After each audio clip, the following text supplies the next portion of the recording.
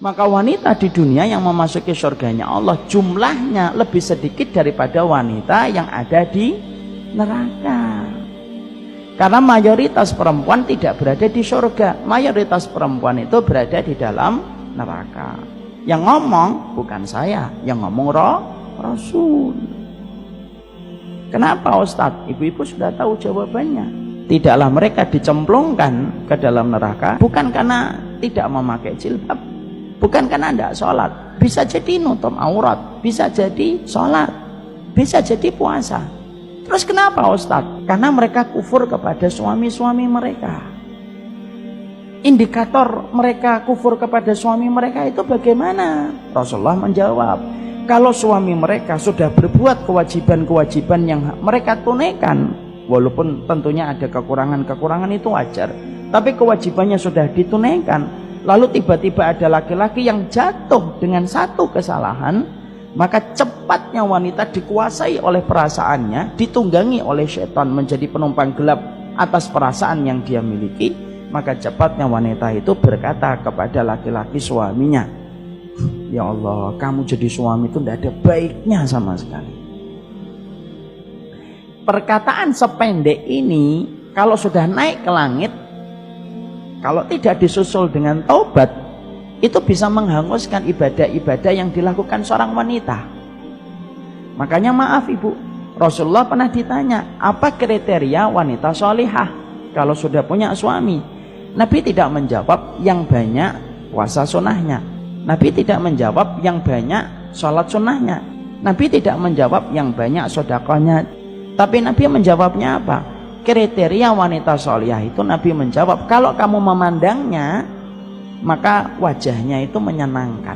Masya Allah ya, kesolihan ternyata ukurannya kepada wajah, bukan kepada rukuk, bukan kepada sujud, bukan kepada kosongnya lambung, bukan kepada perut, bukan kepada sholat tahajud.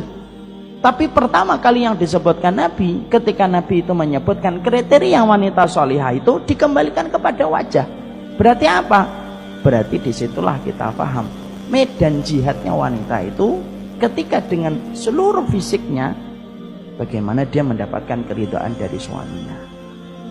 Jadi ternyata keberkahan wanita sebelum menikah sama ibu dan bapaknya, tapi keberkahan wanita ketika sudah menikah itu kepada suaminya. Makanya sampai-sampai di dalam syariat Allah itu memuji seorang wanita. Siapa wanita yang dipuji oleh Allah? Bukan wanita yang banyak sholatnya saja, bukan wanita yang banyak puasanya, bukan hanya wanita yang panjang jilbabnya saja, tapi termasuk wanita yang dipuji oleh Allah sampai dijanjikan surga, yaitu adalah wanita yang diceritakan oleh Rasul. Kalau dia lagi bertengkar dengan suaminya, maka dialah yang meminta maaf. Terlepas siapapun yang salah, dia minta maaf dulu. Lalu dia letakkan tangannya di atas tangan suaminya, sampai kemudian dia berkata, saya tidak akan mencabut tanganku sampai kamu ridho. Kecuali suaminya berzina, suaminya minum khamr, suaminya tidak sholat, suaminya memusuhi Allah dan Rasulnya. Kalau suaminya tidak ada komitmen untuk bertobat, ibu pisah, itu lebih baik. Kalau ada komitmen bertobat, ibu diberikan pilihan oleh Allah. Satu, untuk bersabar menemani perjalanan tobatnya suami, itu lebih baik. Dua, memilih pisah, dan itu tidak disalahkan dalam syariat. Kalau kesalahannya, kekurangannya cuma masalah kurang ngobrol, kalau nutup kamar mandi lupa, kalau ada kecoa tidak mau ngejer, itu sabarnya perempuan dan ujiannya di situ. Paham ibu-ibu? Insya Allah, alhamdulillah.